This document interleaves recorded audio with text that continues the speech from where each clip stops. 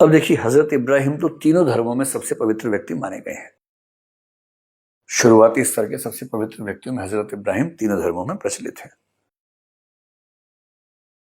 इब्राहिम के बाद इन तीनों धर्मों में एक एक पैगंबर का महत्व सबसे ज्यादा है।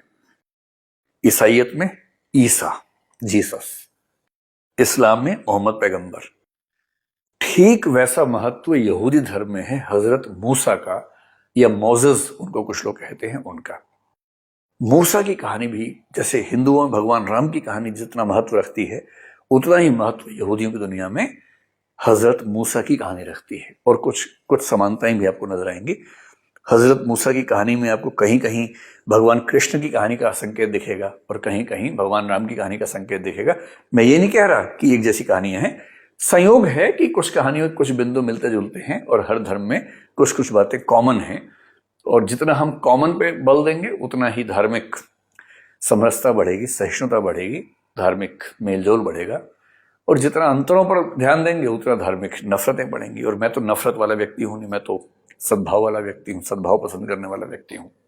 तो देखिए हजरत मूसा की कहानी क्या है। उससे पहले ये समझ लें कि जो इजराइल की 12 ट्राइब्स थी, उन 12 ट्राइब्स, उन 12 कबीलों की दुनिया में आगे चल के काफी दिक्कतें हुई। और जब दिक्कतें हुई तो उनमें से बहुत सारे लोगों को इजिप्ट यानी जिसको हम मिस्र कहते हैं, पड़ोस में ही है, वहां वो लोग जाके बस गए। जो आज की गाजा पट्टी है, अभी थोड़ी देर में समझेंगे, वो इलाका भी और मिस्र का इलाका भी, वहां बस गए। अब जो इजिप्ट का शासक था, इजिप्ट में जो शासक था उसको आमतौर पर एक शब्द चलता है, फरोआ। ये उसका एक सिंबॉलिक चित्र है इजिप्ट के राजा का। इजिप्ट के राजा आमतौर पर ऐसी वेशभूषा में रह रहे थे उस दौर में, और बहुत ताकतवर साम्राज्य था इजिप्ट का। इजिप्ट में यहूदी लोग रहते थे रिफ्यूजी की तरह से, और वहां उनको हिब्रू कहा जाता था। और नेगेटिव सेंस में हिब्रू कहते थे, आलोचना के सेंस में कि कहां से आ गए हैं, बाहर से उठ के आ गए हैं, विदेशी लोग हैं, रिफ्यूजी हैं, उस भाव से उनको देखा जाता था। हजरत मूसा का जन्म भी वहीं हुआ, इजिप्ट में ही। और अब स्थिति क्या थी इस समय? इस राजा को, मिस्र के राजा को ऐसा फील होने लगा कि यहूदियों की संख्या बढ़ती जा रही है, हिब्रुओं की संख्या बढ़ती जा रही है, और ये लोग हमारे साथ नहीं है। ये हो सकता है कि जब इजिप्ट पे हमला होगा तो हमारे विरोधी ना बन जाए, किसी दुश्मन का साथ ना देने लगे। तो उसने क्या किया, वो डरा हुआ था, और उसने डर के मारे क्या किया कि इजराइल के लोग, यहूदी लोग जो स्लेव थे इजिप्ट में, उसने घोषणा कर दी, यानी कि हिब्रू नाम से कहलाते थे, फरोआ ने घोषणा कर दी कि जितने भी हिब्रू लड़के हैं, लड़के, उन सबकी हत्या कर दी जाए, यहां तक कि जो नवजात शिशु हैं लड़के, उनकी भी हत्या कर दी जाए। अब कोहराम मच गया। और उसी समय हजरत मूसा का जन्म हुआ था, उनको भी मार दिया जाता। तो उनकी माता जी ने किसी तरह से उनको छिपा लिया। और बाद में क्या हुआ कि जो राज परिवार था, उस राज परिवार में ही राजा की बेटी ने हजरत मूसा, जो छोटे थे उस समय, उनको गोद ले लिया, क्योंकि वो बहुत प्यारे रहे होंगे तो उसको पसंद आ गए। तो उसने ये कहानी बना दी कि नील नदी में ये एक बोट में अकेले मिले, लगता है इसके पेरेंट्स ने उसको ऐसे छोड़ दिया, बिना लापरवाही से छोड़ दिया, तो ये बच्चा, इसका वंश का पता नहीं है। तो ये कह के राज परिवार ने उसको पाल लिया। अब मूसा राज परिवार में बड़े हुए, उसी राज परिवार में जो राज परिवार उन्हीं के समुदाय के खिलाफ काम कर रहा था। जब वो बड़े हुए तो उन्होंने देखा कि बहुत सारे यहूदी स्लेव्स के साथ, दासों के साथ बहुत बुरा बर्ताव होता है। तो एक दिन उन्होंने क्या किया कि एक स्लेव मास्टर को, जो यहूदी स्लेव्स पे कंट्रोल करता था, जब देखा कि उसका बर्ताव बहुत खराब है, बड़ा खराब बर्ताव, मतलब 15-15, 18-18 घंटे काम करना पड़ता था, कोई आराम नहीं मिलता था, छुट्टी नहीं मिल सकती थी, तबीयत खराब हो, कोई मर जाए तो मर जाए, इस तरह का वहां पर बर्ताव होता था। जब एक बार इन्होंने देखा कि एक स्लेव मास्टर ने एक यहूदी स्लेव के साथ बदतमीजी की, इनको अंदर से पता था कि मैं कौन हूं, मैं तो यहूदी हूं। इतना गुस्सा आया कि उस गुस्से में इन्होंने उस स्लेव मास्टर की हत्या कर दी। और जब हत्या कर दी तो समझ गए कि अब तो राज खुल जाएगा, तो वहां से भाग गए। और भागते भागते वहां से रेड सी यानी लाल सागर को क्रॉस किया। और लाल सागर क्रॉस करके जो आजकल मक्का मदीना के आसपास का इलाका है, उस इलाके को बोलते हैं माउंट होरेब, मिडियान उस समय बोलते थे उसको, मिडियान बोलते थे। उस जगह पर जा पहुंचे। समझ नहीं पाते कि मैं क्या करूं। और उससे पहले एक मोटी सी बात ध्यान रखनी है कि ये जो हजरत मूसा हैं, ये यहूदियों के सबसे महत्वपूर्ण जो पैगंबर है, मैंने आपसे पहले भी जिक्र किया, वो तो हैं ही। जो ओल्ड टेस्टामेंट है, जो यहूदियों का सबसे पवित्र ग्रंथ मानते हैं, उसमें 24 पुस्तकें हैं। उन 24 पुस्तकों में से 5 पुस्तकें जो पहली हैं, उनको मिला के बोलते हैं तोराह। तो ध्यान रखना है, बाइबल का मतलब ओल्ड टेस्टामेंट और new testament. Old testament Hebrew भाषा में लिखी गई है, न्यू टेस्टामेंट ग्रीक भाषा में लिखी गई है। ओल्ड टेस्टामेंट में कुल 24 किताबें हैं। उन 24 किताबों में से पहली 5 किताबें जिस व्यक्ति ने लिखी हैं, जिस व्यक्ति के कथन हैं, वो हैं मोसेस। उन 5 किताबों के संग्रह को बोलते हैं तोराह। और जो 24 किताबों का संग्रह, जो ओल्ड टेस्टामेंट जिसको कहा जाता है, उसको यहूदी लोग बोलते हैं तनाख। समझ में आ गया? ओल्ड टेस्टामेंट यानी हिब्रू बाइबल यानी तनाख। तनाख में 24 पुस्तकें, जिनमें से पहली 5 पुस्तकें लिखने वाले व्यक्ति का नाम हजरत मूसा। उन 5 पुस्तकों के समूह का नाम तोराह। और तोराह का बड़ा महत्व है। तोराह को तो इस्लाम भी बड़ी मान्यता प्रदान करता है। तोराह को बहुत सम्मान इस्लाम की दुनिया में दिया जाता है। और उस तोराह की एक किताब है, किताब नंबर 2 जो है, उसको बोलते हैं बुक ऑफ एक्सोडस। इस किताब में हजरत मूसा की पूरी कहानी आपको मिलेगी। ये कहानी तो वापस लौट के आइए। जब एक स्लेव मास्टर की हत्या कर दी तो उसके बाद वो वहां से भाग गए, और भाग के चले गए कहां पर, जो आजकल का मक्का मदीना के आसपास का इलाका है, माउंट होरेब का इलाका, वहां पहुंच गए। और वहां पहुंचे तो क्या हुआ उनके साथ? वहां पहुंचे तो उनके सामने अचानक एक देवदूत आया, एक फरिश्ता आया। वो फरिश्ता कैसा था? वो फरिश्ता एक झाड़ी के पीछे से बोल रहा था और झाड़ी में आग लगी हुई थी। इसलिए एक बहुत प्रसिद्ध कथन चलता है कि एक ऐसा एंजल ऑफ द लॉर्ड उनको मिला। और वो कहां से बोल रहा था? Burning Bush, speaking from the burning Bush, जलती हुई झाड़ी में से बोल रहा था। मैंने कहा ना, इन तीनों धर्मों में एंजल्स की परंपरा है, फरिश्तों की परंपरा है। और ये फरिश्ते जब आते हैं, फरिश्ते ईश्वर का संदेश लेके आते हैं और वो उस व्यक्ति को प्रदान करते हैं। तो इस फरिश्ते ने हजरत मूसा को एक संदेश दिया, और वो ये संदेश, ईश्वर कौन है? याहवे यहूदियों का ईश्वर है। तो याहवे का संदेश लेके ये एंजल आए और इन्होंने कहा कि भाई भागो मत, तुम पर बहुत बड़ी जिम्मेदारी है। तुम पर जिम्मेदारी है कि तुम्हारे जो भाई बंधु इजिप्ट में फंसे हुए हैं, यहूदी लोग, इजराइल की संतानें, उन सबको मुक्त करवाना है, उन सबको वहां से लेके आना है। तो मूसा का जन्म कैसे हुआ, उनका पालन पोषण कहीं और हुआ, वो कहानी कुछ कुछ कृष्ण जी की कहानी से मिलती जुलती है। क्योंकि जिस स्थिति में जन्म हुआ था कृष्ण जी का, उनकी हत्या हो जाती, कंस नहीं छोड़ता। इनका जन्म जिस स्थिति में हुआ था, इनका बचना मुश्किल था। पालन पोषण उनका भी कहीं और हुआ, इनका भी कहीं और हुआ। आगे चल के दोनों ने अपनी अपनी जिम्मेदारी निभाई, जो जिम्मेदारियां उनके लिए तय की गई थी। अब इन पर जिम्मेदारी, जैसे भगवान राम की जिम्मेदारी क्या थी कि उनको श्रीलंका में अपनी पत्नी जिसका अपहरण हुआ है, उसको वहां से सुरक्षित लेके आना है। इनकी जिम्मेदारी क्या है? समुद्र पार, वहां भी समुद्र पार, यहां भी समुद्र पार, कि वहां जाकर अपने यहूदी भाई बहनों को, अपने पूरे समाज को वहां से लेके वापस आना है। क्योंकि वहां उनके साथ टॉर्चर हो रहा है, वहां उनको स्लेव की तरह इस्तेमाल किया जा रहा है। और जब इस फरिश्ते ने ये बात कही तो उसके बाद ये वापस गए फरोहा के पास, अपने भाई को ले गए। इनका भाई था एरोन, जिसको यारून कहते हैं इस्लाम में। वो भी एक पैगंबर माने जाते हैं, प्रॉफिट माने जाते हैं। हजरत मूसा बोलने में बहुत अच्छे नहीं थे, तो उन्होंने कहा ईश्वर से कि मैं चाहता हूं कि एरोन मेरे साथ जाए, जो मेरी बात राजा के सामने रखे। तो उनको परमिशन मिल गई थी। वहां गए और जो फरोहा था, यानी कि राजा था, उसके सामने गए, उसको बोले कि भाई देखो ऐसा ऐसा है, मुझे ईश्वर ने, याहवे ने संदेश दिया है कि मैं आपके पास आऊं और आपसे अनुमति मांगूं कि हमारे सारे यहूदी भाइयों को छोड़ दो, मैं उन सबको लेके जाना चाहता हूं। कहां ले जाना चाहता हूं? तो हमारी जो जमीन है इजराइल वाली, वहां लेके जाना चाहता हूं। तो फरोहा ने कहा कि मैं याहवे को नहीं जानता। कौन याहवे? क्योंकि इजिप्ट में तो याहवे को ईश्वर नहीं माना जाता, उनके अपने ईश्वर थे।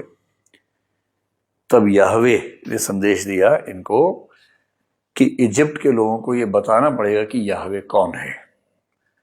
और तब याहवे का प्रकोप शुरू हुआ, और प्रकोप शुरू हुआ तो 10 प्लेग हुए, लगातार 10 महामारियां इजिप्ट में फैली याहवे के प्रकोप से।